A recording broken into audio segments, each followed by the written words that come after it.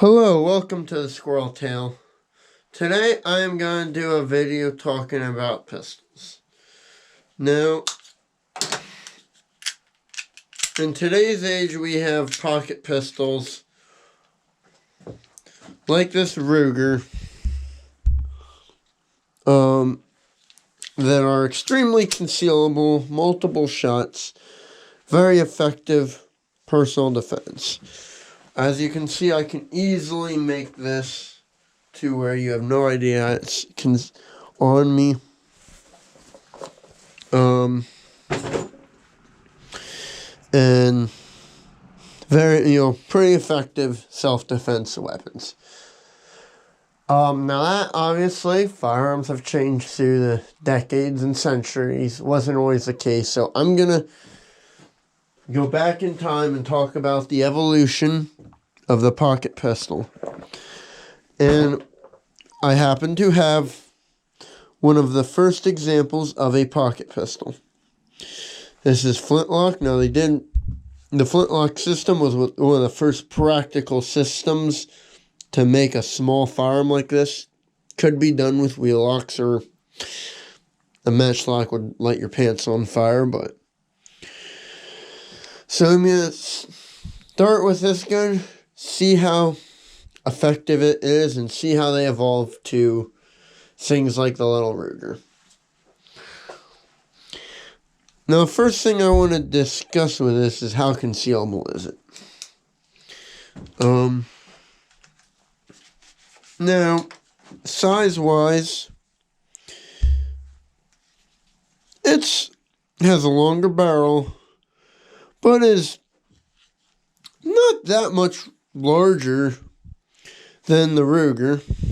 And with black powder, you'd kind of need the longer barrel. And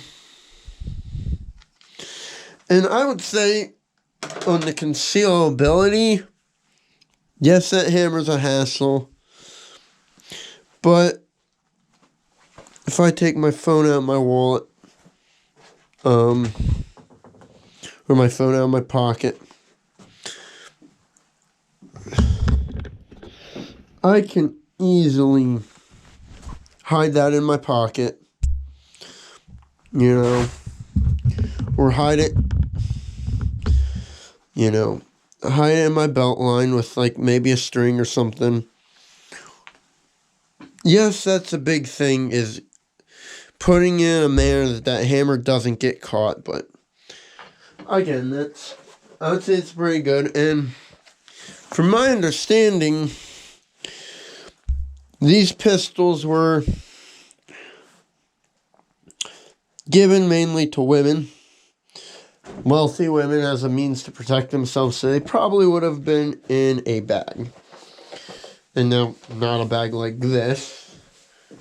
But you can see, you had the bag with your other things, money, coins, whatever. You could easily conceal it and draw it. And I'm just going to dry fire it once I'm in a safe direction, but I don't have a charge in it. You can see I can quickly pull the trigger. I'm not going to actually dry fire it, but. And something neat, and this feature isn't quite functioning because it says this gun was Belgian made 200 years ago, around 1820. It actually has a thumb safety. When that's pressed forward, that prevents a hammer from falling and also prevents a frizzen from moving. But that pin's missing. Even now you can see it still works. I'm pulling that trigger hard and it's not falling. So that would make it quicker than, it does have a half cock too, than trying to do that. So I would say, from a concealability standpoint, this is a pretty good firearm. The downside is single shot, you only have one shot, and being muzzle loading, you cannot, it would take a little bit to load. And the other big downside is the Flintlock system. I can tell you this is not the most reliable gun but that's partially 200 years old. But with a good sharp flint, it is fairly reliable, but you would definitely like any Flintlock. If your bag's soaking, if your clothing that you're concealing this in gets soaking wet, you might have reliability issues, or, you are subject to any of the downsides the Flintlock system has.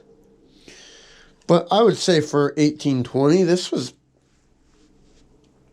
at least conceptually a good firearm. Now, I will do some shooting so we can see exactly how effective it might be.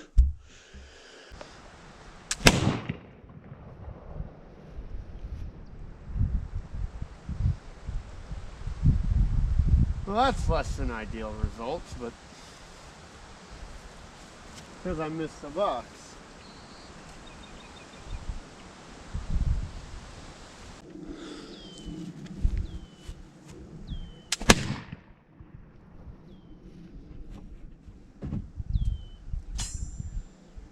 Well, that's not good.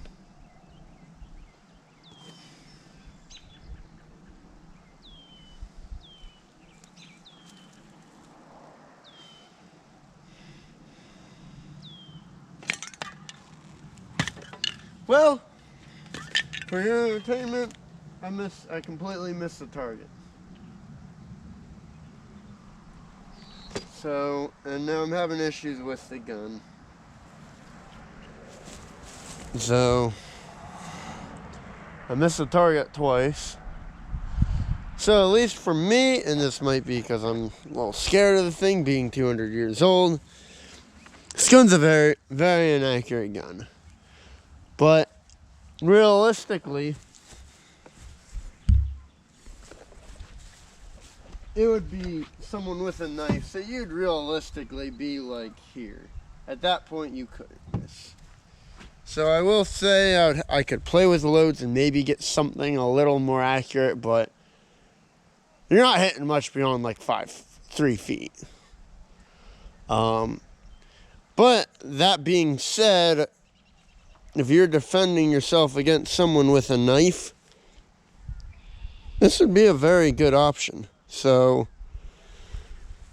I was gonna do a power test, but being the age of this gun, I don't want to do a full powered load, so it is a neat gun and a historic gun. So, but as you can see, that's where you're starting with the evolution of the pocket pistol, things like this. So I hope you enjoyed the video. Please like and subscribe and tune in every week for some more squirrel tail content.